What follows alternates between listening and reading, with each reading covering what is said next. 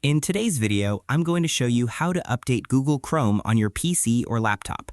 Keeping Chrome updated ensures you have the latest features, security improvements, and performance updates. So let's get started.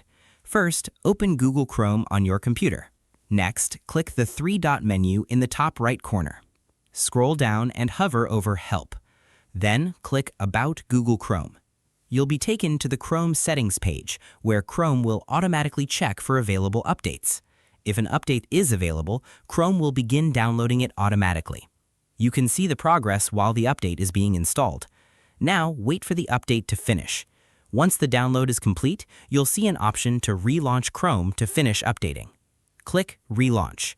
Chrome will close and automatically open again. Once Chrome restarts, your browser will be updated to the latest available version.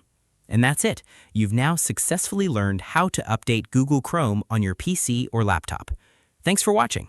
If you found this tutorial helpful, don't forget to like, subscribe, and turn on notifications for more Google Chrome tips, browser tutorials, and helpful guides. See you in the next video.